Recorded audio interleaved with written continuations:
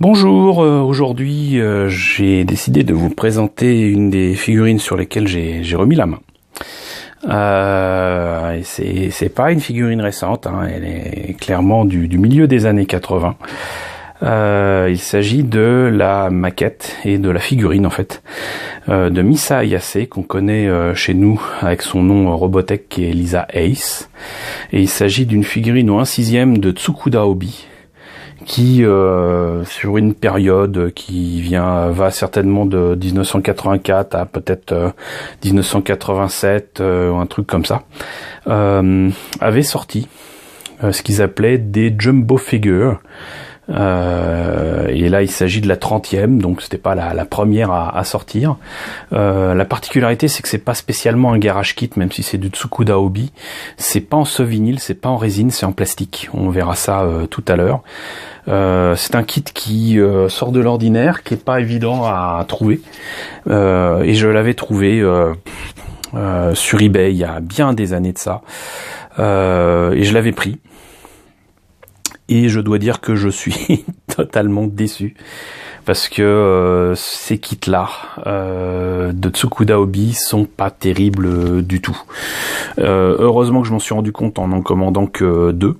Celle-ci est la première, l'autre concerne Megazone 23, parce que je serais certainement arrivé à des conclusions tout aussi désastreuses. Sur d'autres kits qui m'intéressaient autour de Cat Size et notamment de Nausicaa. Et il aurait été dommage quand même que je me retrouve avec d'autres kits pas calamiteux, mais pas terribles. Voilà. Quoi qu'il en soit, en tout cas la boîte, elle est jolie. Pour la faire tenir debout, j'ai mis que la box art et pas l'intérieur de la boîte. Donc très clairement c'est un dessin de Mikimoto issu du film de 1984 de Macross. La série de Macross date de 1982 et donc voilà l'illustration et voilà ce que Tsukuda Obi se propose de vous vendre. Voilà. Bah autant dire que c'est pas terrible, c'est pas la joie. Alors il y avait aussi des maquettes comme ça des figurines du château de Cagliostro de Lupin. Et de quantité d'autres choses. Donc vous voyez là pour Lupin. Cat Size. La Mue. Et encore du Megazone 23. Et c'était vendu par contre à un prix raisonnable quand même, vu la taille de la boîte, et c'était vendu à l'époque 3000 yens. Voilà, donc un kit, une figurine que j'attendais avec beaucoup d'impatience parce que j'avais vu des pubs un peu partout sur quantité de documents que j'avais d'époque, notamment des Hobby Japan. Et au final, j'ai été vraiment déçu. Donc, on a vu ce que donnait la boîte, on va voir ce que ça donne à l'intérieur. Alors, la notice qui était dedans, voilà. Donc vous voyez, c'est pas terrible non plus. Il y a des instructions pour peindre, je pense.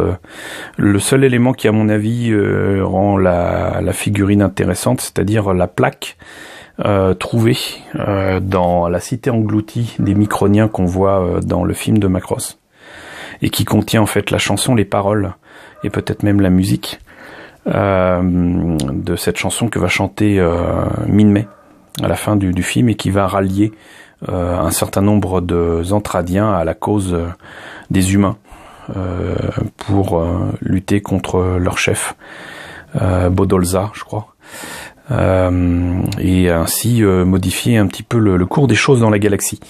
Donc voilà ce que donnent les pièces. C'est dans un carton un peu découpé pour tenir certaines des pièces les plus importantes, comme ici la tête.